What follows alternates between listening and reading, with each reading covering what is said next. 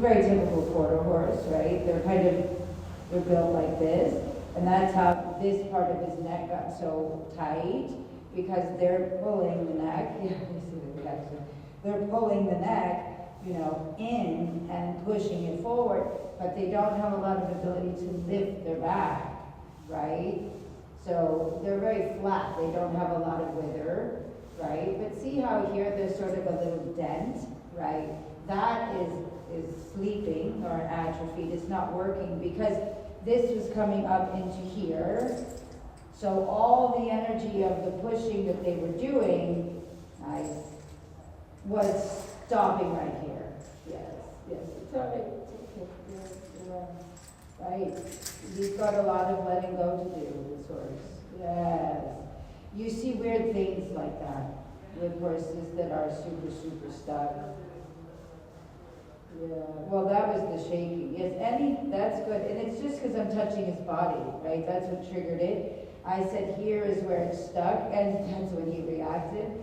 So you can't get to this until this is relaxed, okay? And then the methods will naturally help the horse develop this part of the body. So this horse did an atrophy in his back. He bunched and slammed into here.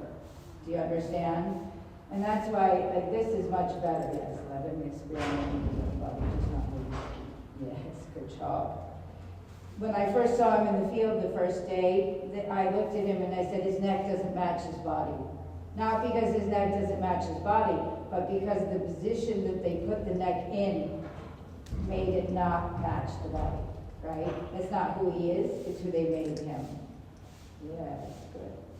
So just know that when we get the neck relaxed, then we're going to work on the top of the body because it's dented. It's dented here. And it's not right. You see, even just touching it is very irritating to him. Or at least triggering. I don't know if it's irritation.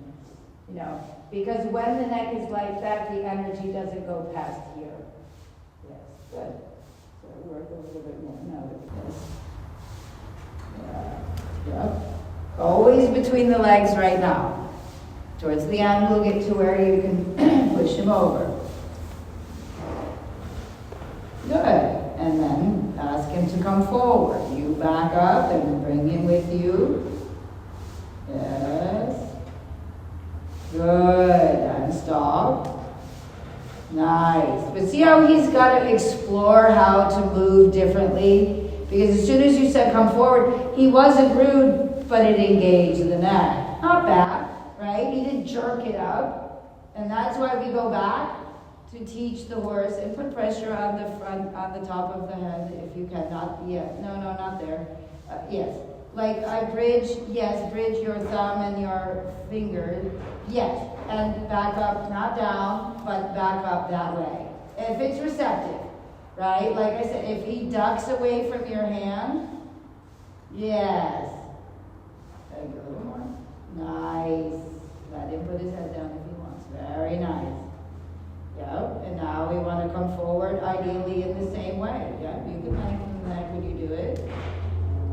Yes.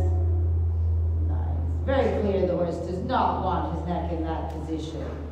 He just doesn't know how to make it different because that's what they did. Good. And back, yes. Try to use your hand first, not the whip. Only use the whip if it doesn't work. Yeah. Yes. And if he avoids your hand down, just grab this now. Yep. Ah, much better.